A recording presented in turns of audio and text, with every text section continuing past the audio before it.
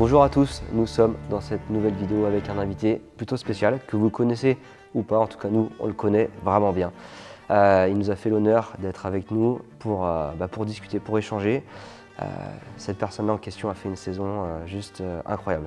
Et cette personne, c'est Mathis Valin qui est avec nous aujourd'hui. Comment tu vas Mathis? Bah écoute, moi ça va super et toi? Moi ça va super. Écoute, une saison chargée, mais je crois que toi aussi. Hein. Ouais, quand même, je pense qu'on a tous les deux eu des grosses saisons avec des hauts, des bas et on est là pour en parler aussi. Bien sûr.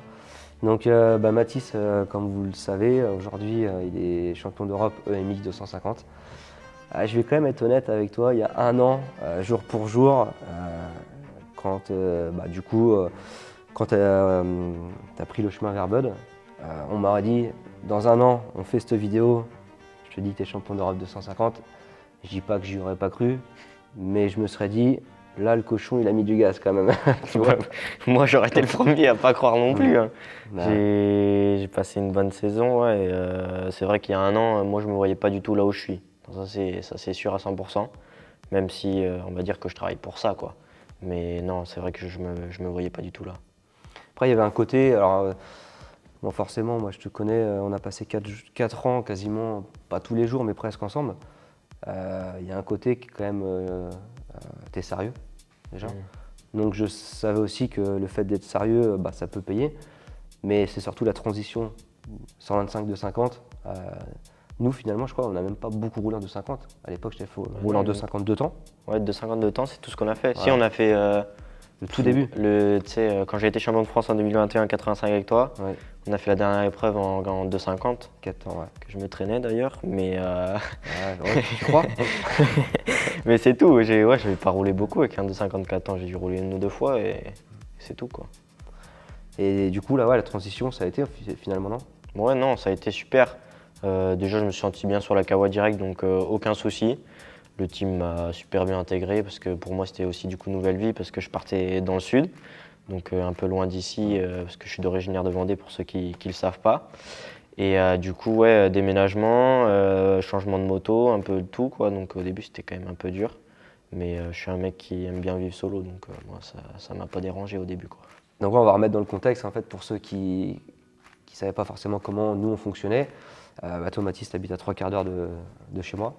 Et donc on faisait nos entraînements sport, moto ensemble et tu rentrais chez toi parce qu'on est originaire de la même région. C'est vrai qu'il y avait un côté pratique et là toi c'était un gros changement parce que forcément il a fallu que tu déménages.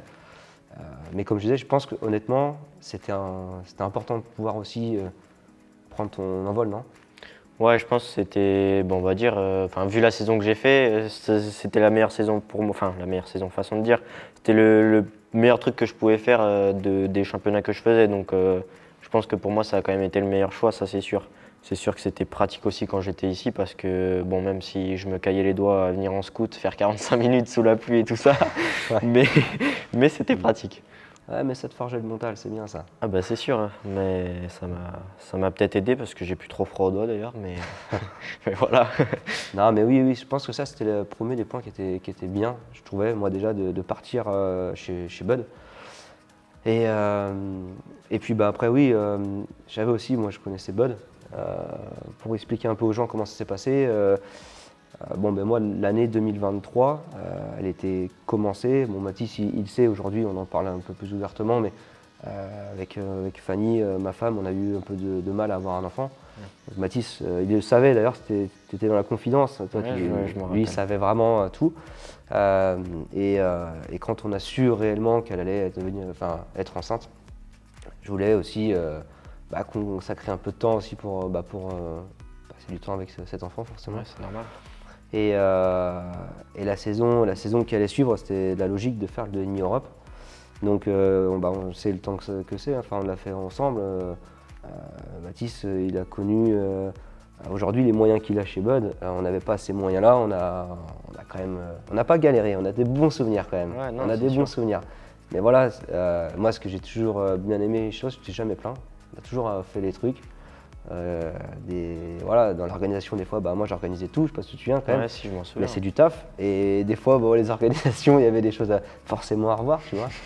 Mais en attendant, on a on a fait quand même le taf. Et puis c'est vrai que cette saison de 2024 d'Europe, aujourd'hui, voilà, il te fallait une équipe qui ait le budget, et puis aussi, pour moi, prendre ton envol, quoi. Ouais, c'est ça, qui a le budget, qui a la structure, qui a tout en fait, le budget, ouais, la structure. C'est sûr qu'avec toi, c'était quand même différent parce qu'on va dire qu'on n'avait pas forcément l'aide de l'usine réellement, tu vois, Gaz Autriche directement. Donc c'est sûr, c'était les budgets plus compliqués, même les voyages, l'organisation, c'est toi qui faisais tout. Donc tu faisais coach, tu faisais l'organisation, tu faisais tout. Donc c'est sûr que c'était un gros taf pour toi aussi. On a eu quelques galères d'ailleurs et puis c'est une année un peu plein d'anecdotes. J'ai kiffé mon année aussi. Je me suis régalé, même si on galérait un petit peu, on va dire. J'arrivais quand même à me battre devant, essayer de donner le meilleur. Et puis je suis un mec qui n'est pas, on va dire, casse-couille. Donc je roule avec ce que j'ai et je donne le meilleur, quoi. Ça, c'est sûr. Mais d'un côté, au final, c'est vrai que c'est con, hein. Mais tu te rends compte que des fois, enfin moi, c'est avec le recul finalement, des pilotes qui tombent, tu vas les ramasser. Ils ont un bout de levier qui est enlevé, ils veulent plus rouler. Bon, toi, c'était pas ton cas finalement. Ouais. Alors après, bon, c'est aussi la manière dont tu as été élevé. C'est vrai que tes parents, là-dessus, ils t'ont pas mis une cuillère d'or dans la bouche. Mais des fois, tu as fait des entraînements, je m'en souviens, plus de frein arrière, c'est pas grave, Ouais. roule. Tu roules et puis c'est comme ça, mais tu le faisais au final. Bah, je le faisais, j'ai même fait, je sais pas si tu te rappelles, la manche en Suède. Tout Oui, sans si, frein si. arrière, tout sans frein arrière parce qu'on Ouais. a eu une galère juste avant. Et bah, je me suis pas plaint, enfin, ça m'a bien fait chier quand même. Mm. Mais je me suis pas plaint et chez un pilote comme ça, c'est bien et pas bien, on va dire, parce que c'est bien, parce qu'au moins je me plains pas, je suis pas chiant. Mais c'est pas bien parce que du coup, s'il faut ressentir des choses sur la moto. Aujourd'hui, non, ouais, aujourd'hui c'est pas bien. Là maintenant, il faut Ouais, voilà, c'est être ça. capable de ressentir suspension, des réglages forcément de position de guidon, tout ça. Ouais, bah, j'ai quand même évolué, hein. J'ai eu quand même des fois une moto comme ça, une moto comme ça. Mais non, le pire, on peut en parler, c'est quand même une anecdote, mais moi ça me choquait, c'était ta poignée de gaz quand même. Ah oui. On avait fait une vidéo là-dessus, alors les gens ils disaient mais c'est mieux sa poignée ou pas? Non, mais c'est sûr, moi je roulais avec la poignée béton armé parce que j'arrivais Ouais. pas. Je faisais des tout droits, enfin, j'avais l'impression de faire des tout droits. Et C'était du un coup, truc de fou, ça. je roulais poignée dure, mais j'ai jamais eu mal au bras, donc ça n'a pas été une Ouais. contrainte pour moi. Après, ça, pour revenir un peu à cette transition Bud, c'est vrai que moi Bud j'ai connu, j'ai fait 2012, 2013, 2014, donc j'ai fait 3 ans chez Stéphane. Et en fait, en team français aujourd'hui sérieux, j'en voyais pas d'autres pour toi, tu vois. Et que ça soit toi ou tes parents, vous m'avez fait quand même confiance aussi là-dessus. Donc on est rentré en contact avec Stéphane. Enfin, toi plus. Enfin, moi je suis rentré en Toi, contact au avec début, hein. Stéphane, voilà. Et Stéphane, quand je lui ai parlé de toi, il était même plus ou moins étonné, mais il trouvait ça intelligent de ma part au final. Ouais. Tu vois, il m'a dit ouais, c'est intelligent de ta part parce qu'au final, en effet, l'Europe de nuit, moi je connais. Lui, ça faisait longtemps qu'il faisait cette catégorie et il savait l'énergie que ça demandait, quoi. Ouais. Et moi, non, moi aussi, je le savais de toute façon. Donc là, on n'était plus sur l'Europe 125. Sur l'Europe 125, tu pouvais te permettre de faire comme on a fait, Ouais. mais plus à l'Europe de nuit. Enfin, tu le vois maintenant aujourd'hui. Non, mais c'est sûr. Maintenant, et, tout est structuré, quoi. Comparé au 125, C'est on va comme au dire. Grand Prix, hein, Ouais, en fait. c'est ça. T'as une assez grosse marche, on va dire. 125, tu as toujours des pilotes, on va dire, réguliers, tu vois, qui font ça, un peu comme moi j'ai fait du coup la saison dernière. Et là, en Europe de nuit, c'est le top. Tu es là, tu dois tout le temps être là pour avoir le titre, tu dois tout le temps faire ça. L'organisation, ça doit être parfait, tu dois pas avoir un problème. Et... Si tu as eu l'Europe 125 à 2,5, l'entonnoir, là, ça se réduit, ouais. Ah bah, ça se réduit de large. Mais... Et puis au final, ouais, ça s'est fait naturellement avec Stéphane, pour que tu puisses y aller. Et moi je suis fier quand même parce que vu la saison que tu as fait, déjà d'avoir contribué aussi à que tu ailles chez Bud, que tu me fasses confiance et surtout que ça marche, c'est une fierté pour moi en tout cas. Ouais, c'est sûr. Moi, depuis que je travaille avec toi, j'ai donné toute ma confiance à toi. Donc, dans tous les cas, si tu me disais d'aller là-bas, c'était le meilleur choix que je pense faire. Enfin, c'est le meilleur choix que j'ai fait même. Donc, j'ai mis toute ma confiance et on a bien fait parce que du coup, ça a marché. Même si on a eu pas mal de critiques au début, ça a quand même marché, même si les gens étaient déçus que je reste pas avec Valentin à faire les vlogs et tout ça. Mais moi aussi, ça me manque, mais ça a marché quand même. Ouais, puis après c'est pareil, tu vois bien, la critique de l'humain, maintenant tu le sais, enfin j'étais le premier à te dire on se préoccupe pas des autres, on fait notre vie, quoi, on avance. Mais au final, les premières critiques qu'on aurait pu avoir, c'est quand t'es resté un an de plus en 85, Ouais. tu te souviens? Tu sortais quand même, tu étais en pleine possession, pas en pleine possession de tes moyens, mais tu reprenais confiance. Ouais. Cette année-là, au final, tu avais gagné Castelnau, il me semble. Ouais, c'est ça, devant Castelnau, Sacha. Covid, ça devant Sacha. Mais tu étais frêle encore, quoi. Et c'est vrai que cette décision de rester en 85, j'ai pas le souvenir une seule fois où tu me dis ah, tu crois pas qu'en 125 c'est mieux, tu t'en foutais, quoi, en fait. Ouais, non, Toi, c'est ça. Tu me faisais confiance. Ouais, quoi. c'est ça, j'avais Et, aucun doute, j'ai jamais eu de doute. Mm. Peut-être quand tu me disais de faire un 3 en SX, mais c'est tout, mais j'ai jamais eu de doute et à chaque fois, si tu me disais, j'y allais, 100% confiance. Mais tu sais que l'exemple du travail qu'on a fait ensemble, je le prends énormément aujourd'hui avec mes pilotes. Je leur dis, à partir du moment où vous avez confiance en ce que je vais dire, confiance en votre entourage aussi au final, parce que les parents, le coach, le mécanicien, enfin peu importe, mais bah, tu peux faire vraiment du bon boulot, mais c'est quand même, il y a un côté mental dans tout ça. C'est quand tu as confiance qu'on te dit, bah là vas-y fonce, ou là tu es capable de partir devant de cette grille de départ, bah, tu sais que tu peux en fait. Ouais, Enfin, maintenant que tu t'en rends compte, je pense que la confiance est hyper importante. Ah ouais, non, c'est sûr, là, mais la confiance, ça fait tout même. Mm. On va dire, toute la saison, j'avais pas forcément de pression, j'étais confiant. Et j'ai presque fait aucune erreur cette saison, tu vois. J'étais confiant, j'ai toujours été là quand il faut. Tu as même pris confiance au fur et à mesure. Ouais, Enfin, confiance. C'est ce que j'ai vu, je trouvais. Non, c'est sûr. Plus ça avançait, en fait, plus je me disais, oh bah, je peux être là à SGP, je peux être encore mieux à SGP, et ainsi de suite. Et plus ça avançait, en fait, plus je me disais, bah, on va dire, je suis le meilleur de la catégorie, donc aucun doute à avoir, juste rouler comme je sais faire et mettre du gaz, quoi. Mais c'est sûr que la confiance, pour moi, ça fait tout. Et même si tu mets de la confiance à ton entourage, à ton coach, à la moto, à ton mécano, à tout, ça aide beaucoup quand même. Avant cette vidéo, on s'est vu plusieurs fois là et on a parlé. Et moi, je t'avais dit, j'étais à Saint-Jean, donc tu gagnes la deuxième manche. Ouais, c'est ça. Et là, je me suis dit, c'est le déclic. Là, il se rend compte qu'il peut gagner, parce que là, tu as gagné à la régulière en fait. Ouais, c'est ça. Et j'ai dit, mais là, il va nous le faire, il va aller chercher le titre, ce con-là. Dès la première année. Moi, je pensais que le déclic, il avait été là. Et donc, ça a été intéressant qu'on en parle, parce que toi, tu m'as dit non. Il a plus été après la Lettonie, quoi. Ouais, c'est ça. La Lettonie. Ouais, donc on me parlait de ça. Tu me disais que le déclic avait été là quand j'avais fait ma première victoire en GP, en GP en Europe. Et du coup, ça devait être quoi, 2 semaines après, sûrement, GP de Lettonie. Donc ce week-end, je fais un mauvais week-end, même si en soi il n'est pas si mauvais, je fais 5e et 5e.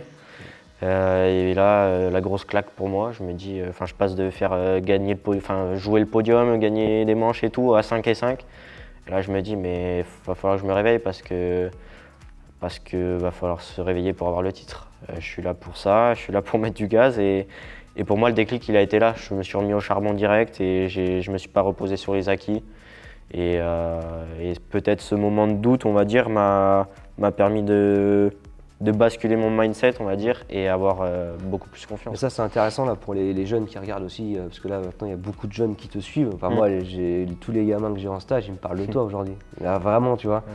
Et tu sais, quand t'as deux manières, en fait, le sportif, tu as deux manières de réagir d'un mauvais résultat, quoi. Soit, en fait, tu commences à douter négativement et du coup, tu n'arrives plus à sortir de cette spirale. Ouais. Ou soit, à un moment donné, tu te remets en question à dire bon, faut juste que je me remette au boulot, mais je suis capable, j'ai déjà gagné, comme tu as dû faire à Saint-Jean. Ouais. Et je pense que c'est ce que tu as dû te dire, en fait. Et je retourne au boulot pour arriver encore meilleur les prochaines épreuves. Parce qu'après les Lettonie, cette partie de saison, elle est incroyable quand même. Ouais, c'est ça. Tous les podiums. Ouais. Moins bonne place, c'est quoi? C'était 3 ou 4, je pense. Ouais, pas moins. De manches. Donc. Et ça, c'est top, mais c'est pas facile de pouvoir le faire. Mais là, encore une fois, c'est là-dedans, en fait. Ouais, c'est ça, mais tout part du mental, on va dire. Ça m'a fait le déclic, mais le problème, ce qui est dur en fait à accepter, c'est que tu passes, par exemple, tu peux passer un week-end, tu fais 1 et 1, le week-end d'après, tu fais 5 et 5, tu te fais, mais comment c'est possible? Genre, c'est frustrant parce que tu te dis, le week-end d'avant, j'arrive à tous les plier, et ce week-end, c'est moi qui prends une claque. Je prends 5 secondes au tour, à la fin de la manche, j'ai 1 minute de retard, tu te dis, mais c'est pas possible. Le GP d'après, qu'est-ce que ça va donner? Qu'est-ce que je vais faire? Et donc c'est là que tu te remets en question et que tu te dis, tu commences à sûrement avoir des doutes. Et il faut pas, tu vois, tu essayes de changer et tu te dis, tu mets les points que tu as à bosser, tu as ça à bosser, tu as ça à bosser, tu as ça à bosser. Qu'est-ce que tu aurais pu faire de mal dans la semaine? Et c'est un tout, et tout part de la tête. Et après, tu arrives à les retordre. Et moi, c'est ce qui s'est passé. Du coup, j'ai vachement évolué. J'ai vachement évolué sur ça aussi parce que je pense que tu me connaissais avant, quand je faisais un truc mal, quand je faisais une manche mal, j'étais insupportable juste après. J'étais chiant, j'étais con, j'étais vachement renfermé sur moi, tu vois. Renfermé, ouais. Renfermé beaucoup à bloc, toujours un petit peu, mais en fait, il faut vachement évoluer. De toute façon. Je t'ai fait chier avec ça quand même, hein, ouais. au final. Mais ça m'a aidé parce que je suis le genre de personne, je fais une mauvaise manche, bah le soir, je vais manger une salade parce que j'ai fait une manche de merde et que je suis con, quoi. Et je vais aller au lit à 20h50 parce que j'ai l'impression d'être con et je me fais mal à moi-même, en fait, tu vois. Alors que cette année, j'ai vachement évolué et pas forcément, juste pas avoir de doute. Si tu fais une mauvaise manche, hop, tu l'oublies. Tu sais ce que tu as, tu sais que tu n'as pas de doute, que tu as besoin d'avoir confiance et c'est comme ça que ça marche. Ouais, et puis au final, on dit que c'est dans les mauvaises journées qu'on apprend le plus. D'un côté, est-ce que cette journée, elle n'a pas été bénéfique que tu fasses 5 et 5? Alors c'est dingue parce qu'on en parle d'une mauvaise journée où tu fais 5 et 5, qui est déjà quand même une belle journée, mine de rien. Mais est-ce que cette journée-là, justement, ça n'a pas été ce déclic de dire attends, oh là là, faut que j'y aille, faut que je fonce là parce que je peux être champion d'Europe, mais le train peut passer, quoi. Donc au final, c'est peut-être un mal pour un bien. Ouais, c'est ça, mais ça a été un mal pour un bien. Enfin, moi, je trouve ça que ça a été un mal pour un bien parce que il n'y aurait peut-être pas eu ça, je me serais reposé sur mes acquis, me dire chill, pépère, reste tranquille le championnat, mais pas du tout. Parce que je t'ai envoyé un message justement et je sais plus ce que je t'ai dit, bref. Et tu me réponds week-end de merde, un truc comme ça. Ouais, sûrement. Mais je retourne au boulot. Voilà, il était positif quand même au final. Ouais, c'est ça. Week-end de merde, mais je retourne au boulot là, je vais foncer. Et ça c'est top. Enfin bon, en attendant, encore bravo pour ta saison. Merci. C'est que le début, j'espère. Et non, bah après on peut reparler un petit peu aussi des débuts. Alors moi, il y a un truc quand même, je veux parler, et c'est pas péjoratif ce que je vais dire, parce que tu avais quelque chose sur la moto quand tu étais gamin déjà, tu vois. Moi je me souviens, moi je te vois encore déjà plus jeune quand moi je roulais, avec le 65. D'ailleurs, à pas oublier qu'il a été tu as été champion de France 65, mini-hiver. Il y en a plein qui l'oublient, mais tu as été champion de France mini-hiver 65. Après, tu as enchaîné des blessures, blessures assez graves d'ailleurs. Et, mais du coup, bon, tu n'avais pas forcément trop de confiance quand on a commencé à bosser ensemble, je me souviens. Mais surtout, techniquement, il y avait vraiment du boulot, tu vois.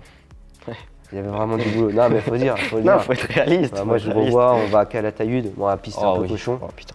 Et Calatayud, et là, c'était les débuts que tu roulais pour nous, pour le team. Je m'en rappelle, ouais. Et je dis, putain, il va falloir qu'on a du taf, quoi. Ah bah non, mais je m'en rappelle, je voulais sauter aucun saut. Tu voulais pas sauter les sauts.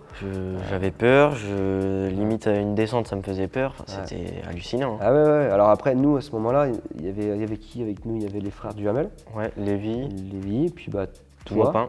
Mopin aussi, je crois, non? C'est l'année d'après, je crois. Ah, ouais. Non, c'est l'année d'après. Mais ouais, c'est ça, ouais. Mais ouais, c'est vrai, je me souviens, c'était... T'es parti d'assez loin techniquement, et c'est beau ce que tu arrives à faire aujourd'hui techniquement, parce que tu as encore évolué cette année techniquement, tu vois, je te l'ai dit d'ailleurs, surtout ça, tu es beaucoup plus mobile, tu t'amortis beaucoup plus, t'engages plus aussi, ça aussi, tu vois. Et au final, la technique, tu en as plein, ils disent, ouais, il n'a pas de technique, c'est un bourrin. Bah non, en fait, tu peux quand même... Alors toi, tu n'étais pas bourrin par contre. Ouais, non, là, on va parler d'une anecdote après. Mais franchement, ta technique, tu été la chercher quand même. Parce qu'aujourd'hui, tu es un des pilotes les plus techniques du championnat. Ouais, ça, je ne saurais pas dire. Mais c'est sûr que niveau technicité, je ne sais pas si ça se dit du tout, désolé. Mais vous m'avez compris. Ouais, ça, c'est un truc où je suis assez fort. Vachement jouer avec la piste, surtout. Je suis vachement joueur. Moi, je revois encore, dans les sauts, tu étais raide. Ah oui, bah... Un piqué, j'ai dit, il y a quelque chose qui est coincé, c'est pas possible. Et là, tu te rappelles pas, sur ma piste de Supercross, combien de sauts t'as fait à un moment donné, on faisait des choses plus ou moins basiques, mais se déhancher de la moto pour apprendre à jouer, quoi. Je me rappelle, le saut du bas, j'ai dû le faire une quinzaine de fois dans la même journée, mais j'arrivais toujours pas. C'était mieux, quoi. C'était mieux, ça allait mieux de petit à petit, mais c'était toujours pas la folie, quoi. Et là, je vois maintenant, ça envoie. Ouais, maintenant ça se crève. Et non, pour l'anecdote aussi, ça m'avait vraiment choqué quand même. Et on va rouler, tout l'hiver déjà, on roulait terre, sable. On va rouler dans le sable, de la Tremblade, tu te souviens? Ouais, je m'en souviens. Tu mettais quand même du gaz. Ouais, le sable, j'ai toujours bien aimé. Donc. Et là, je dis, mais franchement, comment tu fais? T'arrivais à rouler terrain de sable avec un 85, sable mou quand même, faut dire, ce qu'il y ait des trous, c'était énorme, sans toucher une seule fois l'embrayage, main pleine, toute la piste. Et ça, Alors, d'un côté, c'est bien de savoir rouler sans embrayage. Mais de l'autre côté, tu roulais vite sans embrayage. Je me rappelle. Mais non, mais honnêtement, maintenant qu'on va dire que je roule avec l'embrayage, je me demande comment je faisais. C'est hallucinant parce que Mais tu sais que- je prenais pas une fois l'embrayage. Tu sais que ça a été dur, ça. Ma oui. patience, tout ça, je ne me rappelle pas de ça. Ma patience de te faire comprendre que l'embrayage, il peut être important à juste escient et de savoir l'utiliser. Ouais, et puis Je viens pas nécessaire qu'au début, aussi. c'est Ah, mais non, et puis Au même début, je le tu prenais à prenais la pleine main, je crois. pleine main, tu. Voilà. Non, mais- Non, mais c'est vrai que c'est hallucinant. Et après, et en fait, pour moi, je te le dis aujourd'hui, la plus grosse progression qu'on a fait, ça a été de te faire utiliser l'embrayage à bon escient. Ouais. T'as rendu, du coup, ça rend la moto joueuse des fois. Mais ça, c'est sûr. Non, mais c'est sûr. C'est sûr. Mais c'est Ouais. surtout, on va dire, mon père qui m'avait appris comme ça. Et bah, en vrai, ça m'a aidé parce qu'on va dire maintenant, les vitesses dans les, avoir de la vitesse dans les virages, c'est un de mes points forts, tu vois, sur la piste. Et je pense que ça vient de là parce que quand t'as pas d'embrayage, tu es obligé de passer à Mach 12 dans les virages, quoi. Tu peux pas relancer. Donc, Complètement. je pense que c'est ça qui m'a aidé aussi, tu vois. Ah ouais, ça c'est sûr. Ça c'est sûr. Et l'autre jour, j'ai un pilote, je te parle de ça parce que c'est un pilote qui vient me voir de l'école, il me dit Valentin, quand vous bossiez ensemble avec Mathis, est-ce que tu étais dur, il me demande. Alors je lui dis, tu lui demanderas. Tu lui demanderas. Mais je dis franchement, bah, il était jeune au début, tu peux pas être dur, après on a évolué, mais je pense pas avoir été trop dur. Il y a eu par contre des fois, ouais, et notamment, d'ailleurs, avant de faire la vidéo, j'ai dit, faut que j'y pense à dire, c'était Ernest. Ouais. Ernest, première épreuve, deuxième année qu'on travaille ensemble, Ouais. première épreuve de l'année. C'est ça. En vrai, par contre, tu mettais du gaz. Chrono, je sais plus, t'avais mis combien. Ah oui, non, cette année, je mettais du gros gaz en 80, je me rappelle. Ouais. Mais pas la première manche. Mais tu vas nous expliquer. Bah, tu vas nous expliquer. tu vas nous expliquer. Ouais, non, du coup, ce jour-là, mais je pense que c'est la première fois où tu as été aussi dur comme ça avec moi. Quoique, je sais plus si c'était ça, mais. J'en ai une autre. Ouais, Non, moi mais aussi. une autre, c'est pas la même, dans le même style. Ouais, voilà. Bon, bref, on va finir celle-là. Ouais. Et donc, ouais, c'est sûr, première épreuve du championnat de France, première manche, chrono, essai libre. Je mets des secondes à mes concurrents. Bref, première manche, 5 secondes, la brille se graisse. La grille. Ah, c'est magique. La grille se baisse et là t'as tout le monde qui part et là moi sur la grille en train de kicker. Je sais pas ce que j'avais fait, j'avais dû passer ma vitesse aux 15 secondes, la moto est calée, bref. À la limite, ça peut arriver, tu te dis, bon. Oui, ça va. Je repars, hop, je remonte, je double tout le monde. Et là arrive au moment où je suis derrière le premier du coup. Donc j'arrive pour le doubler et puis bah, comme un débile, je veux le doubler trop vite. Je me mets la gueule par terre, bloqué en dessous de la moto, machin. Je me souviens dans cette descente en dévers là, ouais. Ouais, c'est ça. Et guidon complètement tordu. Bref, je repars, je sais pas, 4-5e. J'arrive à remonter, je remonte encore. Et là, dernier tour, bref, je me bataille avec Paolo Macchio pour la 3e ou 2e place, je sais plus. Troisième, ouais. Et puis bah, arrive, si vous connaissez Ernest, la double trace, donc juste avant l'arrivée. Arrive le dernier virage. Et puis qu'est-ce que je fais? Je vais dans les barrières, donc je dois perdre la 3e ou je sais plus quelle place. Et puis du coup je fais 4 ou 5e. Puis quand je rentre au camion, la soufflante de ma vie, quoi. Enfin la première soufflante de ma vie. Ouais, ah ouais, j'étais deg, je dis putain, on avait bossé comme un fou tout l'hiver là, et t'étais bien. Mais tu sais pas si tu t'en souviens, parce que t'es un peu modeste là-dessus, t'étais à 2-3, même 2 secondes des meilleurs temps 125 juniors. Hein. Ouais, non, Avec je le m'en 85. rappelle pas trop de ça à cette époque. Mais Et bah ça mettait du gaz. Et en fait, ouais, du coup, après ça, t'as gagné toutes les manches de toute l'année. Tu te souviens de ça ouais, aussi c'est ça, je m'en souviens, j'ai failli faire ça. Mais en fait, ça a été hyper formateur, c'est ça, parce qu'au final, derrière, t'as plus fait trop d'erreurs. Ouais, non. Non, l'autre, la limite, l'autre anecdote, c'était, mais ça, je pense que c'est elle que tu penses. On était à l'entraînement, Peut-être pas. il y avait tous les pilotes du team. Et c'est vrai que Mathis, ce côté-là, lui, il a eu de la chance, c'était hyper formateur pour toi, t'avais que des grands qui te tiraient. À l'époque, il y avait David Herbroto, il y avait Thibaut Maupin, Bourdon. Anthony Bourdon,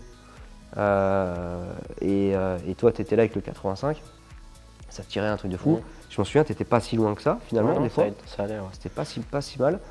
Et un jour, on était à l'entraînement, tu laisses passer, c'était Thibaut Maupin, je me souviens, tu le laisses passer. Ah ouais, putain. je me rappelle. Ça se rappelle Ouais, ça? je m'en rappelle. Je laisse passer quoi, je dis mais il est sérieux. Et en plus moi j'arrêtais pas de dire, il était trop gentil, t'étais trop gentil avant déjà. Ah ouais, non, mais j'étais gentil. Et j'étais là, putain mais c'est un sport d'enculé quoi. Et je dis tu peux pas, d'où il va laisser passer, c'est pas possible. Et s'il est jeune, faut lui montrer que c'est un sport de guerrier, tu laisses pas passer un mec quoi. Ouais. Et en plus c'est montrer de la faiblesse. Et je me souviens, ouais, je sais plus ce que j'avais fait, bref. Des pompes, 10 pompes, t'inquiète, je m'en rappelle. 10. Bah oui. Ouais, je suis gentil, 10. Bah ouais, mais je savais pas faire à cette époque. Ouais, donc c'est l'équivalent à 40 aujourd'hui. Non, ouais, moi je pensais pas du tout à ça. L'anecdote où t'avais été très dur pour moi, c'était, bon, je sais plus c'était quelle année, mais un petit séjour à la Mongie. Je sais pas si ça te rappelle tout ça. Ah ouais, oui, c'est vrai. Sortie de vélo. Pour ceux qui connaissent, on était donc à la Mongie C'est vrai. et on avait fait une sortie VTT, je sais pas, hyper longue. Et on arrive pour rentrer, sauf que le problème c'est qu'on était tout en haut. C'est la surprise.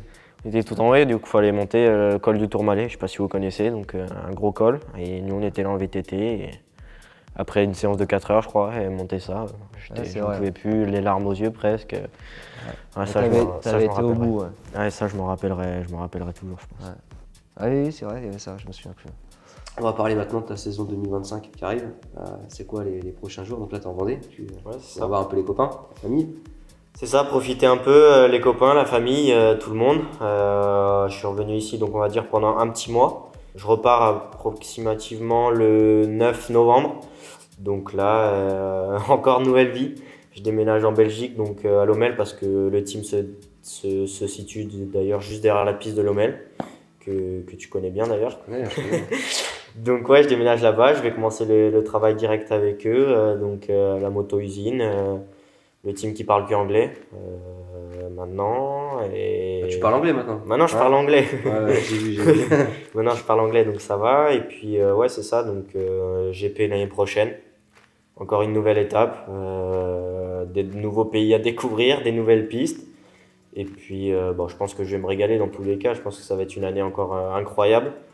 Pas de pression, juste rouler comme je sais faire, être fort et puis essayer de vous impressionner, essayer de vous régaler et puis voilà.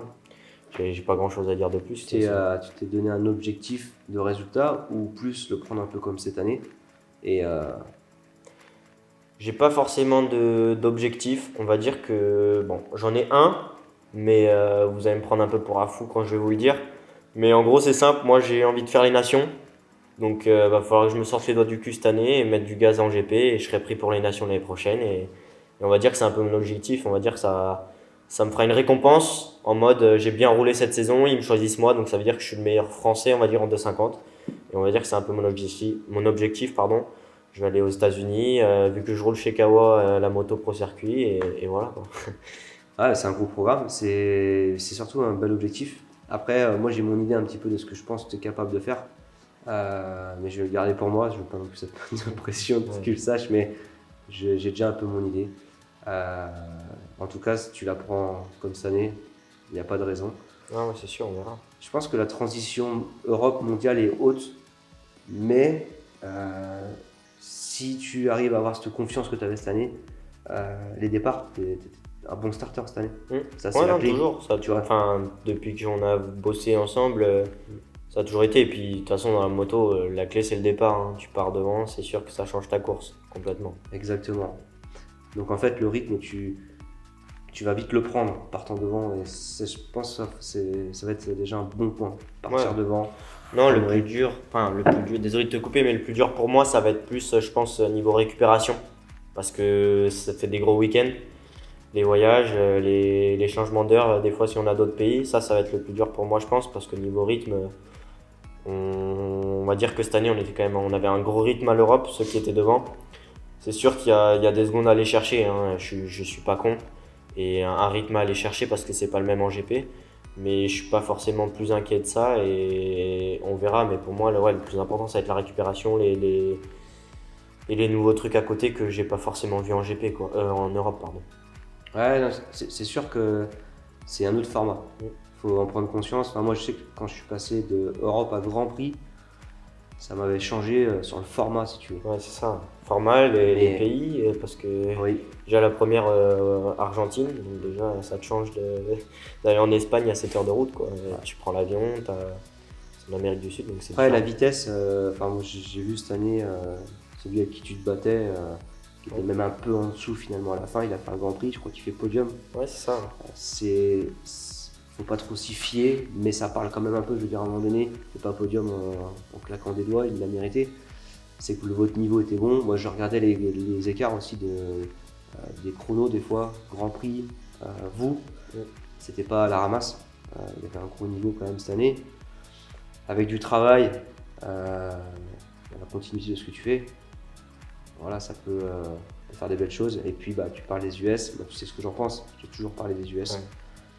Encore plus maintenant, parce que les US aujourd'hui, pourquoi je t'ai fait faire du SX aujourd'hui, c'est parce que si c'était préparé à développer ta technique, de préparer ta carrière vers du supercross, pourquoi pas aux US.